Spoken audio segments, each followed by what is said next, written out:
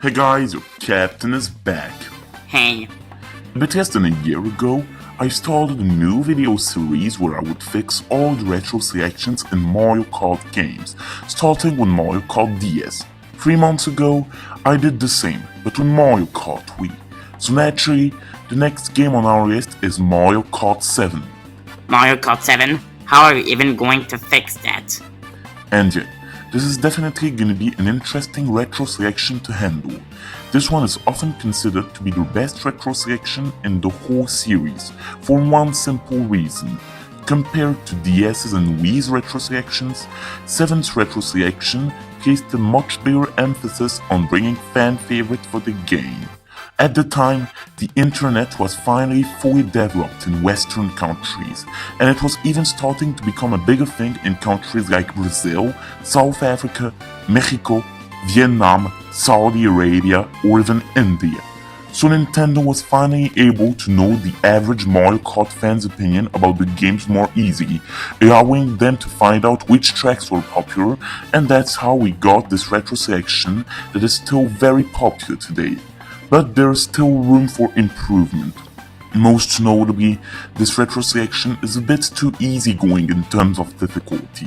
Even in the Lightning Cup, there's only one GBA track that isn't even a track I prioritize when 14 tracks from Super Circuit are available.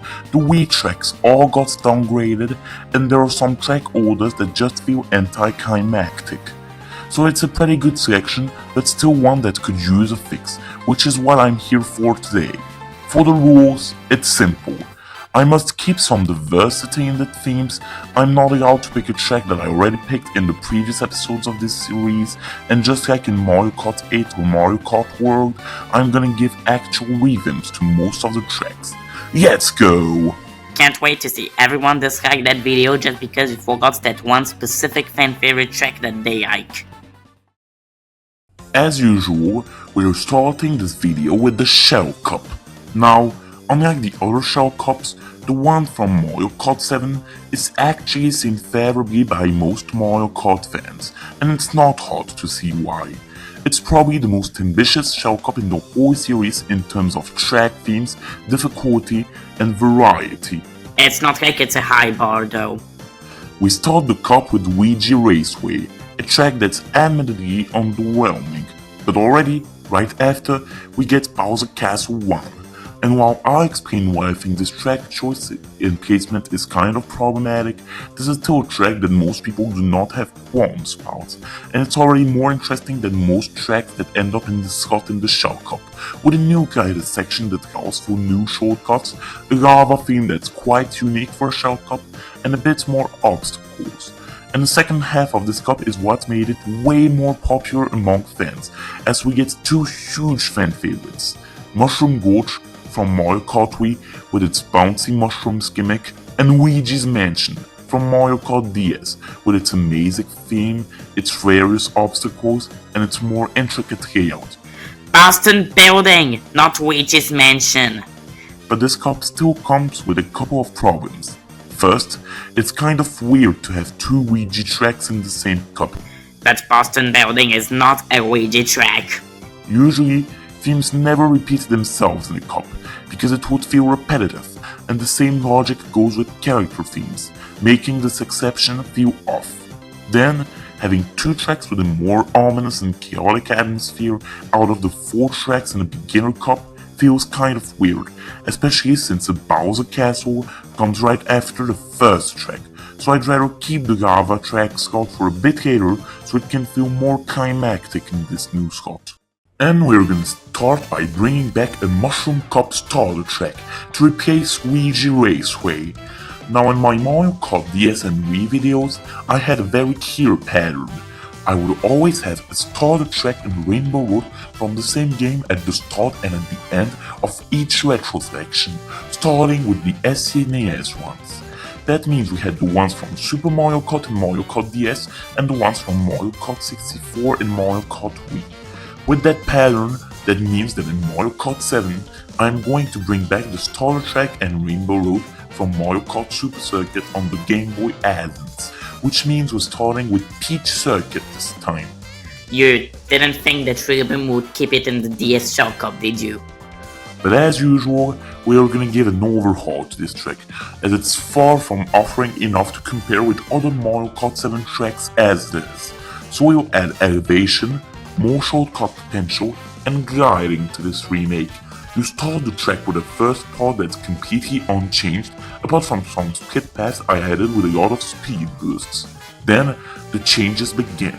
You get on a dirt path where you have to avoid some Goombas while drifting around the grass. You can also use mushrooms to trick on these fountains and perform shortcuts. Then you get higher to climb a small valley and enter a forest. You have a sequence where you have to drift on a small wooden road that goes between the trees, which in a way can serve as nice foreshadowing to another track we'll get to much later. Yeah, no, you don't need to add suspense. I think everyone who knows Mario Kart well understands which track you're talking about here. Then you get back on the dirt path in the forest before turning right to glide from the mountain above the finish line and end the lap.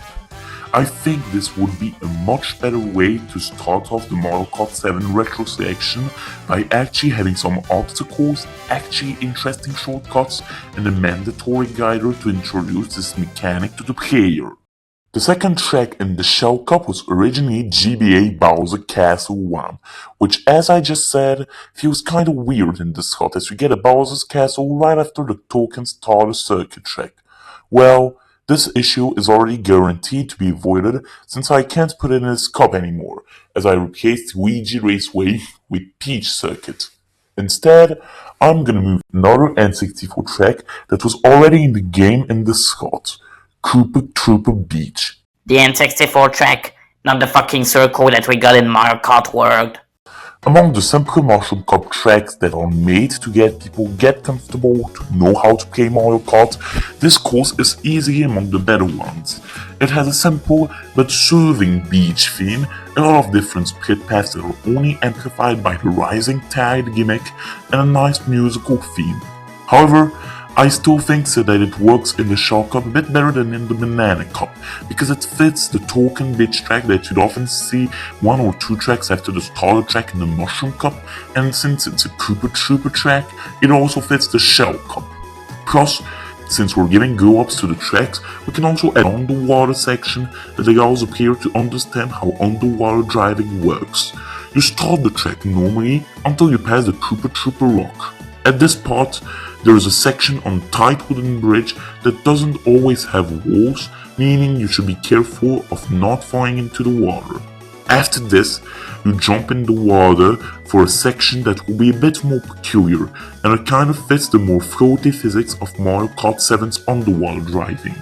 You have to jump and trick on those geysers to keep some altitude and avoid falling off without using the glider. With a bit of skill, you can also pull out that shortcut.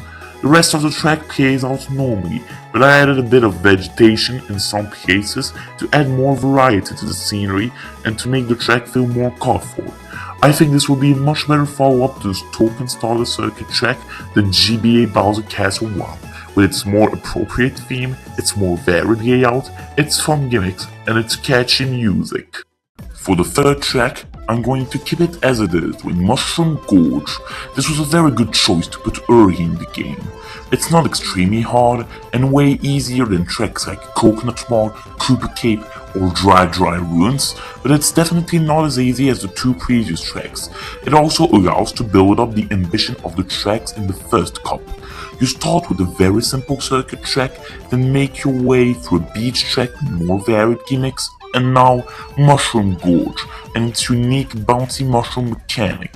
What's more, bouncy mushroom appear in other Mario Kart 7 tracks like Melody Motorway or Rainbow Road. However, I'm gonna do some minor changes to the track. First, I'm gonna bring back a big mushroom near the start of the race that Nintendo removed from that remake for some reason.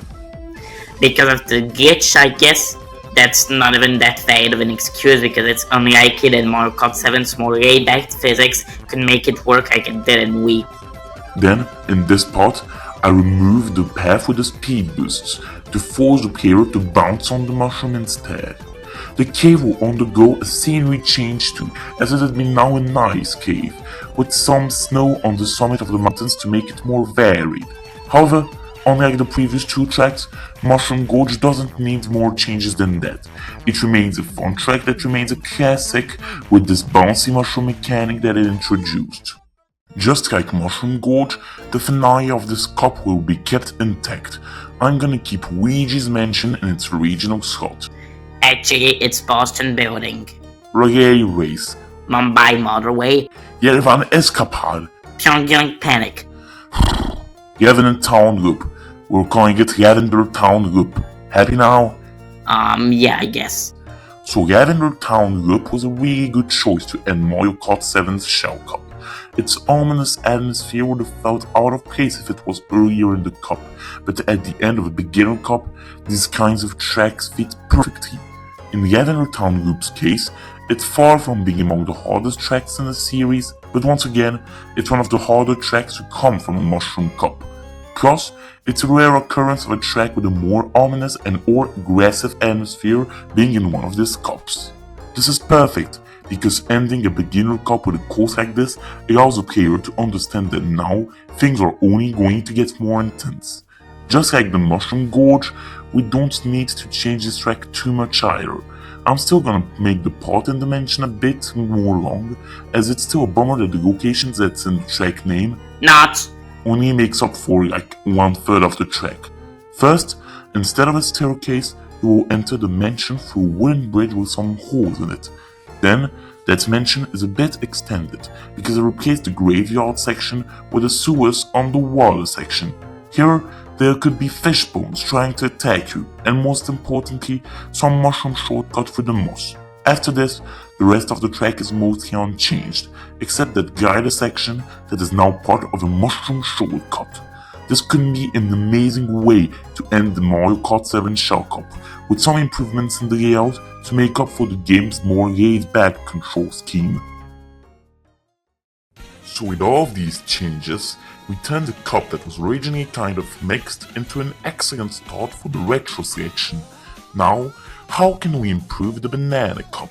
The Banana Cup is probably the best cup in the game, and just like for Mario Kart Wii, I could just leave it entirely as this and call it a day. Koopa Troopa Beach is a very good track to start things off, even though it fits way better in the Shell Cup, since it's a Koopa Troopa track. SNES Mario Circuit 2 isn't the most exciting track per se, but it's still one of the better courses they could have picked from Super Mario Kart. And of course, Coconut Small and Waluigi Pinball ending the cup back to back make for a very good second half for that cup. But even then, the cup isn't exactly flawless. While it's still good for a Super Mario Kart track, Mario Circuit 2 is still an SNES remake that can't really just be ported to a modern Mario Kart game without a revamp, as since they were built for Super Mario Kart's control scheme, they become way more boring with the more easygoing controls of other Mario Kart games. Coconut Mall is also quite a disappointing remake. While it's still quite fun, the difficulty has been toned down and the color palette looks drab. So I'm gonna fix all of this by giving revamps to most of the tracks. Mario Circuit 2 was a relatively good choice for the Banana Cup. It has a layout that's complex enough, a theme that fits the second cup as most Nitro Mario circuits are in the Flower Cup of their games, and a good shortcut potential, with the off-road sections and the glider at the end of the track. But there is still a small problem with this track. It was made for the controls of Super Mario Kart, and it worked in this game because the course was created with more slippery and chaotic controls in mind. With the more laid-back controls of Mario Kart 7, or even the control of any Mario Kart game that isn't flat, it becomes way more boring and easy too, despite that jump that's not present in any other Super Mario Kart track. That's why this track is undeniably going to need a glow-up, and Okay, don't worry. Gaston just sent me some Instagram reels that explain how to make tracks look better. What do you need? Hair care, skin care, makeup? Grookey, that's not what I meant by glow up. But regardless, a glow up could make this track more exciting and varied, while keeping its identity and all the tracks that made it one of the best Super Mario Kart tracks. The track starts normally, but after the second turn, you climb a small bleacher to speed behind it. Then, after the next turn, you jump in the water. Here, you must be careful not to fall into a pit, and if you time your jumps well, you can trick on the holes that I added on the road.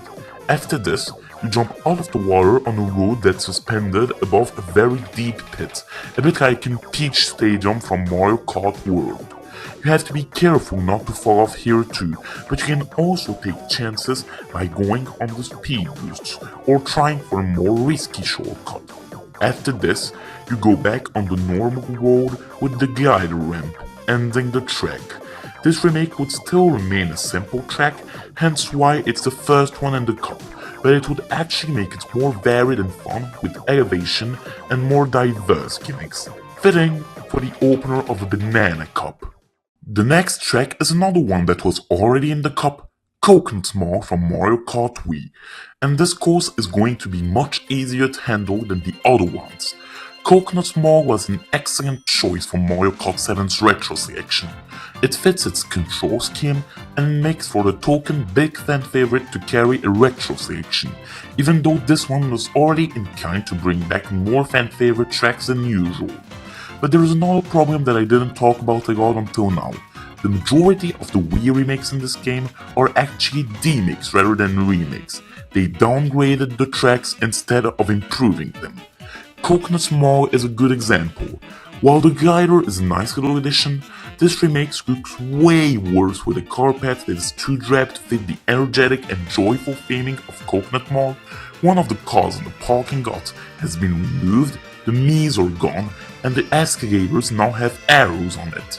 That alone makes the track so easy that it might as well have worked as a shellcock track in that game, even though the more laid-back controls in Mario Kart 7 were probably more than enough to make most retro tracks much easier than in the original iteration.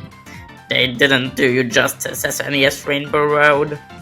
So my way to fix this track is simple. Make this remake closer to how it was in the Mario Kart Wii version. Bring back some Miis, make it look more colorful again, remove the arrows from the escalators, add some piantas, and bring back that third car in the parking lot. In addition, maybe we could add more stores that could service pit paths, like pet shops or restaurants. For the next track, I'm gonna keep Waluigi Pinball as well. This was a very good choice for this cup. It's a fan favorite, it has a unique theme, it fits Mario Kart 7's control scheme very well, it's perfect for that slot. However, it still fits a bit better as the penultimate track of the cup rather than the final one, which is why I moved it to this slot. But wait, Waluigi isn't in Mario Kart 7. Which is why, in the fixed version of the game, he would have replaced Metal Mario. By the way, I say fixed, but the game is actually good, don't worry Mario Kart 7 fans. That way, we don't get that poop-filled, vomit-inducing, pea-brain, idiotic, stupid, ugly, dumb, shitty, crappy Bingo Peach in Mario Kart 8. Then, this track will receive a little less modification compared to the other ones too. That turn in the middle of the track will be a lucky spinning wheel with spinning cock hands. Then, a bit further, there is a casino machine that spawns random items like fireballs, power bombs, and coins. Then, there is also a water slide that speeds your kart up, a bit like in Big Blue, with a little grass shortcut too. This track doesn't need that many more changes with its fun layout, but with ones I made, it feels more exciting and more casino-ish, perfect for the penultimate track of the Banana Cup. Now for the final track in the Banana Cup, I'm gonna throw in the GBA track. Honestly, as I mentioned earlier, it's baffling to me how Mario Kart 7 only had one track from Mario Kart Super Circuit. Like, 20 Nitro tracks are in this game, compared to the usual 16 in non-flat Mario Kart games, and they all have more unique themes with intricate layout and cool gimmicks, all on tracks that are completely flat. Honestly, these tracks can be incredible when Nintendo puts in the effort to give them good go-ups, with a renewed theming and even more varied gimmicks. And then you have Sky Garden and Sunset Wilds in Mario Kart 8 Deluxe. Well, all of this to say, it's sad to only have the most mundane Bowser Castle in your Super Circuit remake selection.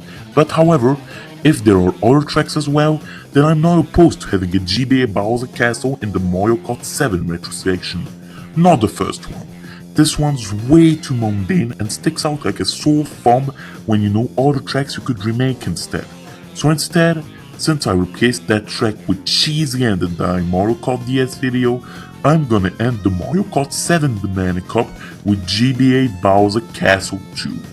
It's still simple enough to be in the first half of the game, but it's still got its fair share of obstacles to watch out for and an amazing musical theme that will make it an excellent finale for any cup. So this time, after the straightaway, you climb a rocky road that has you doing a sharp turn before performing a series of jumps. After this, you must watch out to not fall off this rocky road until you end back on the track. You then enter a clear pipe that's above the lava with lava geysers that open up holes in it. You have to avoid those holes, and during each lap, the clear pipe would be more and more surrounded by lava. After this, you enter another room where you have to perform several jumps above the lava, except this time you must also avoid fireballs. Then you must go down a stone path with several ramps to trick on. To end the track, you rush on a metallic road with several speed boosts before gliding above the finish line, ending the lap on this track. This will not only be a much better way to represent GBA Bowser Castles than the first iteration, but also a much more climactic and exciting finale for the Banana Cup. And that's the second Retro Cup finished. While the original Banana Cup was a good one, this one feels much more structured, with more difficult tracks and a more satisfying progression. Now we go to the Eve Cup, which has M64 Katamari Desert, DSGK Pass, GCN Daisy Cruiser, and Wii Maple Treeway. This one is gonna need some pretty big changes. Honestly, I think this cup's a little too easy to be a Eve Cup, and that it could almost be a cup that should play between the Banana Cup and the Eve Cup. Because Katamari Desert, which is a Mushroom Cup track, was somehow considered appropriate for this cup. And it's not even one of the more complex ones. It's literally just a desert loop with a train that occasionally passes by. So yeah, we'll have to remove this track. Daisy Cruiser is a fun track, but it was still a little too late in the game. As the third track of the Eve Cup, it is the equivalent to the spots that would be occupied by Electrodrome, Maple Treeway, or Neo Bowser City in a Star Cup. Unfortunately, I can't think of any slots that it could occupy conveniently, so instead, I decided to move it to Mario Kart 8's base game, where it can shine and feel even more lively in glorious HD. Finally, DK Pass is a good track, but we're also gonna have to sacrifice it since I replaced SNES Rainbow Road with GBA Rainbow Road, and that the majority of Super Mario Kart tracks that we have now are a bit too simple to be in the Lightning Cup. So I decided to kick off that Eve Cup with an improved version of Vanilla Lake 2. Yeah, I know, it's just a circle. Yippee! Circle! But I still wanted to put it in this game for a simple reason. I thought turning the ice parkour into an underwater section would fit Mario Kart 7. However, since it remains quite mundane, it will remain in the first slot of the Eve Cup. For the first part, you climb a small iceberg, then you jump on several icy platforms with trick ramps. After this, you get through the icebox section before going on the water. Once again, you must trek on the geysers and icy platforms to remain at a convenient altitude until you end the section and the lap.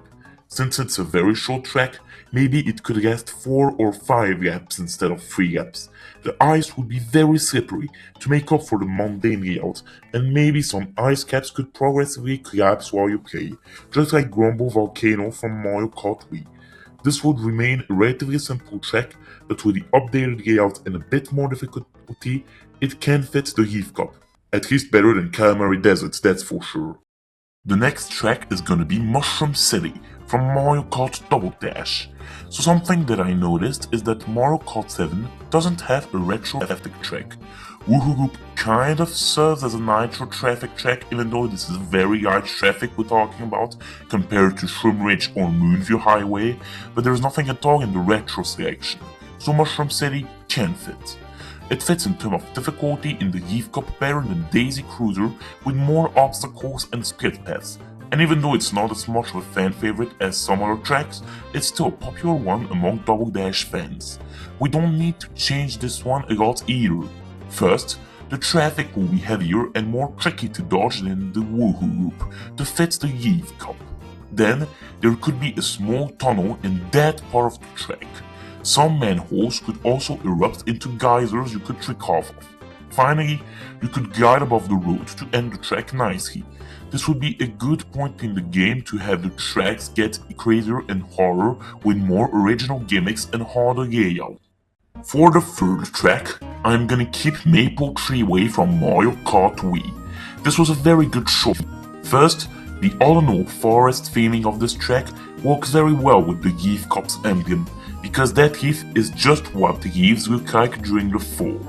Then, it fits the difficulty of this cup, as originally, in Mario Kart Wii, this was a Star Cup track, and it has a wide variety of obstacles and gimmicks, from wigglers to leaf piles to the Jack-Off Bridge. Alright, here we go! Come on, come on, come on! Yeah, there we go. Good speed, good speed. Oh yeah, that was nice. Guys, if you think that's sus, then you haven't played that fucking soda can minigame in Mario Party 8. But yeah, that's a really good fit for the Eve Cup. However, it was still a bit downgraded. Actually, I'm especially talking about the removal of that bridge. So yeah, we can definitely do better with that remake. Just after the cannon, you can go for a section where you must trick off several suspended platforms. Then, near the end of the track, you can guess what I did. I brought the bridge back. However, I didn't remove the glider. Instead, just like in Melody Mile Way, I added two ramps. One's a regular ramp, and the other is a glider ramp, meaning you can choose between gliding or going on the Jack-Off Bridge. Oh yeah, come on, come on! Oh, yes, yes!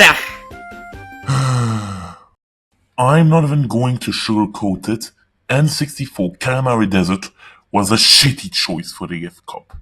It's bad enough that the Mushroom Cup track is in the freaking Eve Cup, but they had to make things worse by picking a track that is literally just a glorified oval in a desert with a train that sometimes, not always, just sometimes, will get in your way. It's way too slow to be really fun too, and the train gimmick literally just amounts to stopping regularly to get an obstacle getting out of your way. In the Mario Kart track! Oh, and that's if it ever got in your way, because in this remake, I only got blocked by the train one f***ing time in my f***ing lifetime. Between you and I'd much rather have GBA Sunset Wilds represent the desert theme for this retro section. It's also a fan favorite among Super Circuit fans. That's already a good start. It has more complex layout, even better, and its main gimmick is actually unique and doesn't make the track slower. This course starts in the evening, and the sun slowly sets as the time progresses until it becomes night by lap 3. This is such a unique and cool mechanic that will make a great finale for the Eve Cup. On one hand, they couldn't put the sun setting gimmick in Mario Kart 8 Deluxe for a boost to course pass, and this is a weaker hardware. But I think this has more to do with Mario Kart 8 Deluxe's lighting system and not the hardware issues, because a mobile phone can handle the sunset perfectly. That's why you can confirm it's the lighting system. If Sunset Wilds was planned for the Mario Kart 8 base game instead, they would have accommodated the lighting system to have it work as intended, so it's easy to assume that Mario Kart 7 would have the same thing too. But we still need to improve this track so that it remains fun to play. At the start of the track, you climb a rocky mountain. You have to be careful not to fall off in some holes before going down in the canyon with several ramps. Then, You must go through rapids in a perpendicular way while you watch out so you don't fall off. Then you go back into the badlands with the mud section where you use speed boost to keep high speed before entering a farm section with several giant bones to avoid. You then speed down into a cave. Here you must avoid a big rock before either exiting normally or with a mushroom shortcut. Then you end the track with a U-turn in a small lake before gliding towards the finish line. When the night falls on the track, some elements in it change. Boulders start rolling and falling on the mountain section. Bone creatures in the farm awaken and they will charge at you. Finally, Eagy Mouth will attack you in the lake section. Am I the only one to think that Eagy Mouths look like— Shut up, Rookie, there are probably kids watching this video! But yeah, this would be the perfect cliffhanger to raise the difficulty and the stakes a bit, while keeping players excited about the Lightning Cup, and that sunset gimmick will make it an epic finale that makes you want even more in the end. Perfect to end the Leaf Cup. With these changes, we made the Leaf Cup way more difficult, organic, climactic, and satisfying to play. The original felt quite unstructured, but we managed to create an organic order to its tracks to make it more exciting. And now, we finally get to the Lightning Cup, easily the most popular cup in the retro selection. It's not hard to see why. This Lightning Cup has Wii Cooper Cape, GC and Dino Jungle, DS Airship Fortress, and SNES Rainbow Road. This is a pretty good lineup, with Dino Jungle being a very good calm before storm while remaining challenging and fun, and Airship Fortress being a perfect penultimate track with its ominous atmosphere. But this Lightning Cup has two problems. One, Wii Cooper Cape kind of feels weird as a starter track for the Lightning Cup. Plus, it got neutered as Nintendo just flooded the clear pipe for no reason, removing everything that made this section special and difficult. So I also moved this track back to the base game of Mario Kart 8, where it can shine with actual anti-gravity. We see you, Mario Kart Tour. We see you. 2. SNES Rainbow Road is way too underwhelming to be a finale. In a game where the controls are harder to master, it will be fine. But not only did they put it as the finale of a game with controls that are way too laid back to make it feel special if you play the Retro Cup last, that's for to say, they also didn't try to revamp it even a bit, which just makes it a really underwhelming finale as it remains the least ambitious track of that cup. So that are the two tracks we'll have to replace. And we'll start by replacing Wii Cooper Cape with N64 Wario Stadium. You might be surprised by this. N64 Wario Stadium is probably the most hated track in Mario Kart 64. Apart from fans of this game in general, most people hate this track because of how long and mostly empty it is in spite of a complex layout. But I remind you that this video isn't just about replacing tracks, it's about giving a glow up to the existing ones, and Wario Stadium could definitely benefit from improvements coming from gliding and underwater driving. Its complex layout and long length also fits the Lightning Cup, and it has a more climactic atmosphere as a starter track than Cooper Cape, if we give it a revamp that is. So we're gonna have to make it more varied and interesting than the original version, but what's amazing is that unlike the World version, we're not gonna remove 300 turns! As long as you keep the Wario faces. Wario's faces love, Wario's faces life. First, all the bumps on the road are gonna be trickable. You start the track with a similar straightaway with more bumps and a speed boost. Then, after the first turn, you have to avoid some monster trucks that are charging towards you. After this, you go on a mini mountain above a bottomless pit. Here, cannonballs will be rolling from the summit, and you have to avoid them too. You then go back on the road on a section with several speed paths with ramps and speed boosts. After this, you enter a metal tube with fireballs you have to avoid and fire rings you have to jump into. Then, in the longest straightaway of the track, you must avoid giant bowling balls that are rolling at a high speed towards giant bowling pins. After that tight turn, you speed away and jump to dive in the water. Pipes are spitting currents that push you out of the road. You have to watch out for where they will push you as you drift on these turns. You then glide one last time to end the track. Despite its very boring original version, this remake could be the absolute best way to keep the player excited about starting the Lightning Cup, with its climatic atmosphere and its variety of obstacles. For the second track, however, I'm gonna keep Dino Dino Jungle from Mario Kart Double Dash. This was the perfect choice for the Lightning Cup. It's a track with a very varied scenery that makes it feel like a true adventure every lap. Not only that, but it also has a rather complex layout, with dinos to avoid, water geysers, split paths, and this amazing shortcut. And more especially, the Noshis! But I'm still going to tweak this track a bit, so it can profit from Mario Kart 7's underwater driving and gliding gimmicks.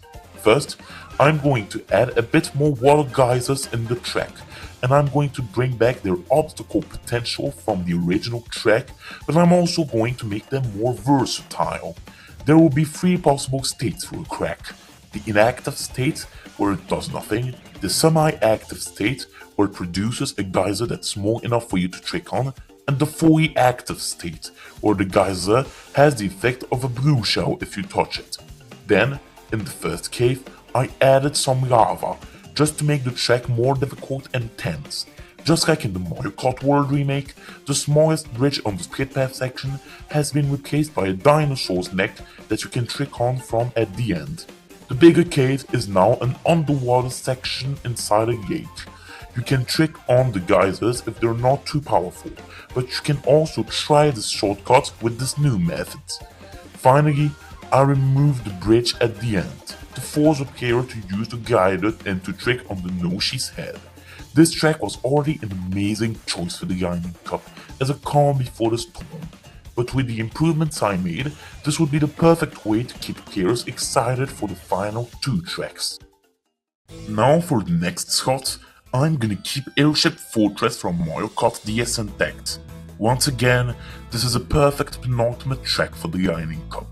It has an ominous yet aggressive atmosphere, which is perfect for the slot, as it mirrors the traditional Bowser's Castle. It's also hard enough to be late in this game, even better.